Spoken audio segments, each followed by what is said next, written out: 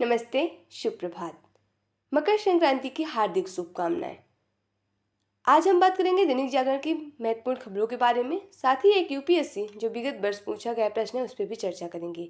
याद रखिएगा, दैनिक जागरण का राष्ट्रीय संस्करण है जिसमें आप लोग को वही खबर मिलेंगी जो आपके परीक्षा के पॉइंट व्यू से इंपॉर्टेंट होगी। आशा करती हूँ कि आप लोग को यह खबर अच्छी लगे। अगर खबर अच्छी लगे तो कृपया चैनल को लाइक शेयर सब्सक्राइब जरूर करें। धन्यवाद। तो चलिए देखते हैं आज की क्या खास खबरें, उन्हें एक एक करके देख लेते हैं। और याद रखिएगा, 15 जनवरी यानी भारतीय सेना दिवस है। इसके बारे में हम थोड़ी संक्षिप्त जानकारी जरूर लेंगे। तो चलिए देखते हैं आज का प्रश्न क्या है। यह सिविल सेवा परीक्षा विगत वर्ष 2021 का प्रश्न है। 26 जनवरी 1950 को भारत की वास्तविक संवैधानिक स्थिति क्या थी। नीचे विकल्प दिए हुए हैं।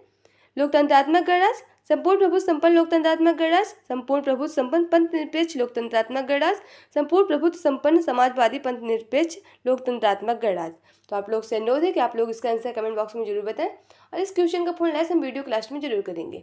अगर आप लोग को इसकी पूरी जानकारी चाहिए तो आप लोग वीडियो को लास्ट तक जरूर देखें। तो चलिए देखते हैं इसकी क्या खास खबर है, उन्हें एक करके देख लेते हैं। कांग्रेस छोड़ मिलिंद देवरा सिंध की शिवसेना में शामिल। आपको बता दें, कांग्रेस पार्टी अपने परिसर का 55 वर्ष का रिश्ता खत्म करते हुए पूर्व केंद्रीय मंत्री मिलिंद देवरा ने मुख्यमंत्री एकनाथ शिंदे की आवाज पर उनकी पार्टी शिवसेना में शामिल हो गए हैं। उन्होंने कहा, कांग्रेस का एक मत लक्ष्य मोदी का विरोध कर रहा है। मेरे सकारात्मक सुझाव को महत्व मिलता तो मैं पार्टी नहीं छोड़ता। हम लोगों की मन की बात सुनना चाहते हैं, यह कांग्रेस नेता राहुल गांधी जी कह रहे हैं। भारत जोड़ो यात्रा को कांग्रेस अध्यक्ष खड़गे ने किया रवाना। मणिपुर हिंसा को लेकर राहुल ने साधा पीएम पर निशाना। कहा, देश में भाजपा संघ के नफरत का सबसे बड़ा उदाहरण बना है मणिपुर। अब देख रहे हैं, मणिपुर जो हिंसा था उसको भी राजनीति में जोड़ रहे हैं। 15 मार्च तक वापस जाएं भारतीय सैनिक, यह मालदीव के राष्ट्रपति कह रहे हैं। चीन दौरे से लौटे मालदीव के राष्ट्रपति मौजूद के भारत विरोध तेवर हुए तल्ख। भारतीय ऑपरेशन को जारी रखने को सहमति बनाने का प्रयास जारी भारत की तरफ से। आपको बता दें, अभी हाल ही में मालदीव और जो भारत के संबंध चल रहे हैं वो थोड़ा उनमें संघर्ष चल रहा है, क्योंकि अभी कुछ दिन पहले हमारे जो प्रधानमंत्री नरेंद्र मोदी जी हैं उन्होंने लक्षद्वीप की कुछ फोटो एक्स पर साझा करते हुए कहा है कि अगर आप लोग किसी रोमांचिक पल का उल्फ लेने उत्सव मनाना चाहते हैं, अच्छा मौका लेना चाहते हैं, तो आप लोग की लिस्ट में लक्षद्वीप जरूर होना चाहिए। उसी के लेकर मालदीव को जो मिर्ची लगी है उसने अपने 3 मंत्री को तुरंत निलंबित भी किया है, क्योंकि उनके जो मंत्री थे उन्होंने प्रधानमंत्री को कुछ अपमानजनक टिप्पणी उनके ऊपर की थी। यहाँ तक उन्होंने ये भी कहा कि वो भारत के प्रधानमंत्री इजराइल के कठपुतली भी हैं। उसी को लेकर विवाद चल रहा था। तभी 5 दिन का दौरा करते हुए वहाँ के राष्ट्रपति जो मोइजू है उन्होंने लौट के आते हुए उन्होंने कहा कि 15 मार्च तक उनकी भारतीय सेना मालदीव से वापस जानी चाहिए। आपके मन में प्रश्न होगा कि भारत की सेना मालदीव में है क्यों, कर क्या रही है। तो आपको बता दें, 1988 का वो समय था जब मौमून अब्दुल गयूम वहाँ के राष्ट्रपति थे। तब भारत और मालदीव का संबंध बहुत ही अच्छा था। आपको बता दें, जब वहाँ के राष्ट्रपति 1888 के जब राष्ट्रपति अब्दुल गयूम थे वहाँ, तब भारत का और मालदीव का संबंध बहुत अच्छा था। उसी समय कुछ दिन के लिए जो वहाँ के राष्ट्रपति थे अब्दुल गयूम, वो कुछ दिन के लिए वहाँ नहीं थे, तो वहाँ की जो सरकार अन्य पार्टी की सरकारें थी वहाँ तख्ता पलट करना चाहती थी, मतलब उनको यहाँ से हटाना चाहती थी। इसी के लिए भारत ने ऑपरेशन कैक्टस शुरू किया था। तभी उसने अपना 88 सैनिक यानी 78 सैनिक, लगभग 78 सैनिक वहाँ भेजे थे। वही सैनिक वहाँ जो अपने हेलीकॉप्टर भी दिए थे जो मालदीव को, और अपने उसी की सुरक्षा के लिए, देखभाल के लिए वहाँ ये गए थे सैनिक। उसी को वापस करने के लिए मालदीव ने कहा है। 15 मार्च को तक मालदीव खाली करने का आदेश दिया है। ये 88 भारतीय सैनिक मालदीव की जनता की सेवा के लिए भारत सरकार की तरफ से सौंपे गए हेलीकॉप्टरों को संचालन के लिए तैयार हैं, मतलब उनकी रक्षा के लिए। हालांकि भारत का कहना है कि अभी इस बारे में अंतिम फैसला नहीं हुआ है और दोनों पक्षों के बीच भारत की तरफ से मानवीय आधार पर दी गई मदद जारी है, आगे भी वार्ता जारी रहेगी। माओजी ने शनिवार को भारत पर परोक्ष तौर पर हमला करते हुए कहा है कि मालदीव छोटा जरूर है, लेकिन कोई भी दूसरा देश उसका हल्का यानी मजाक नहीं उड़ा सकता है। मौजूद ने राष्ट्रपति पद संभालते अगले ही दिन भारत से अपने सैनिक को वापस बुलाने की मांग रखी थी।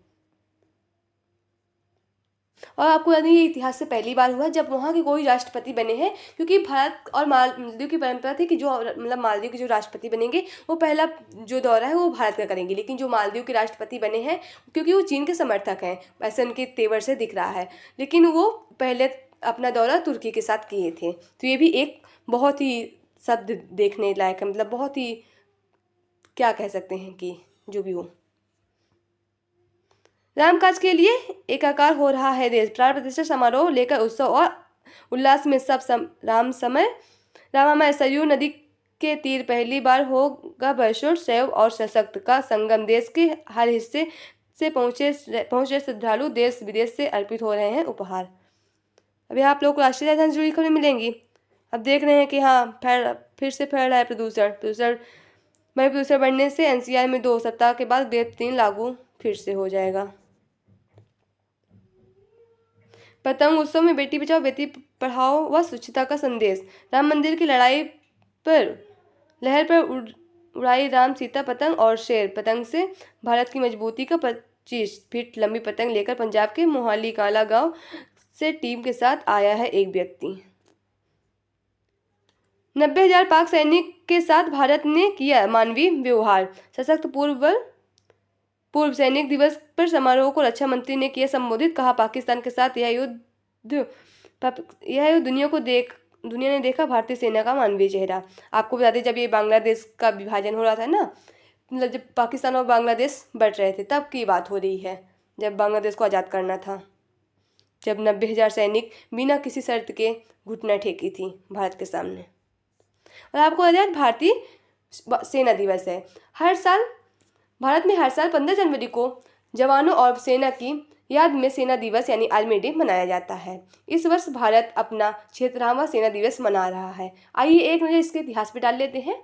15 जनवरी 1949 को फील्ड मार्शल एम करियप्पा, जो उस समय लेफ्टिनेंट जनरल थे, जनरल ने सर फ्रांसिस बुचर, जो उस पद को धारण करने वाले मतलब अंतिम ब्रिटिश प्रांत से भारतीय सेना के पहले भारतीय कमांडर इन चीफ के रूप में पदभार किया था। के.एम. करियप्पा ने जय हिंद का नारा अपनाया, जिसका अर्थ है भारत की जीत। वह फील्ड मार्शल की 5 सितारा रैंक रखने वाले 2 भारतीय सेना अधिकारियों में से एक थे। सेना दिवस देश के उन सैनिकों को सम्मानित करने के लिए प्रत्येक वर्ष सेना दिवस के मनाया जाता है जिन्होंने निस्वार्थ सेवा और भाईचारे की सबसे बड़ी मिसाल कायम की है। सेना दिवस के उपलक्ष्य में साल दिल्ली छावनी के करियप्पा परेड ग्राउंड में परेड का आयोजन किया जाता है।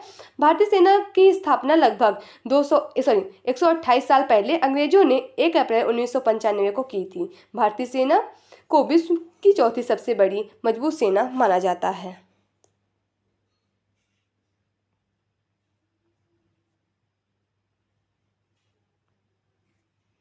यहाँ भी आप लोगों को राजनीति से जुड़ी खबरें मिलेंगी।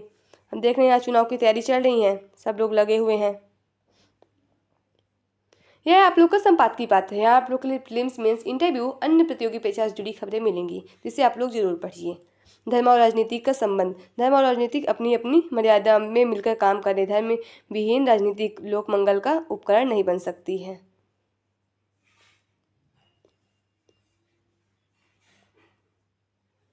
वसुधैव कुटुंबकम का सार्थक संदेश। 22 जनवरी को अयोध्या में प्रभु श्री राम के नवनिर्मित मंदिर में ही नहीं बल्कि समूचे विश्व के करोड़ों हृदय में प्राण प्रतिष्ठा हो रहा। यह वैश्विक शांति के लिए अत्यंत प्रशंसनीय और महत्वपूर्ण है। यह एक विग्रह मात्र की प्राण प्रतिष्ठा या मंदिर की स्थापना का आयोजन नहीं है, अपितु यह भारत की ओर से संपूर्ण मानव जाति के मन में धर्म, सत्य, न्याय, सरलता, सहयोग और शांतिपूर्ण सह अस्तित्व की भावना के संचार की दिशा में प्रयास हो रहा है। आपको बता देना अयोध्या में 22 जनवरी को होने वाला प्राण प्रतिष्ठा, उसी की बातें चल रही हैं।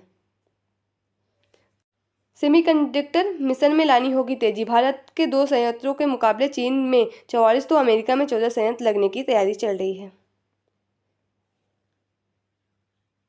यहाँ आप लोग को अंतर्राष्ट्रीय जुड़ी खबरें मिलेंगी।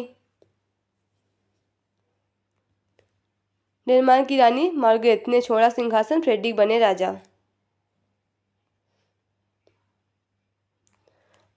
आईआईटी हमेशा ब्रांड इंडिया का हिस्सा रहा है, यह तरनजीत संधू ने कहा। भारत ऐसा देश है जो बॉलीवुड फिल्म से भी कम लागत पर चंद्रमा तक पहुंचा है।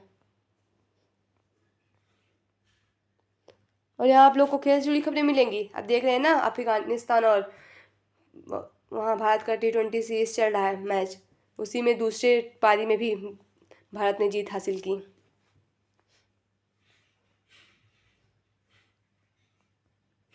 यहाँ आप लोग को परीक्षा के पॉइंट व्यू से और जनरल नॉलेज से जुड़ी बहुत ही इंपॉर्टेंट खबरें मिलेंगी, जिसे आप लोग जरूर पढ़िए।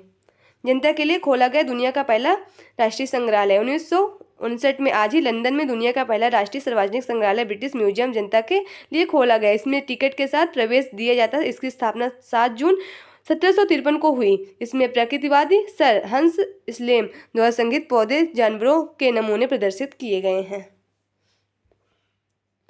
कुपोषण भी टीबी महामारी का एक बड़ा कारण है।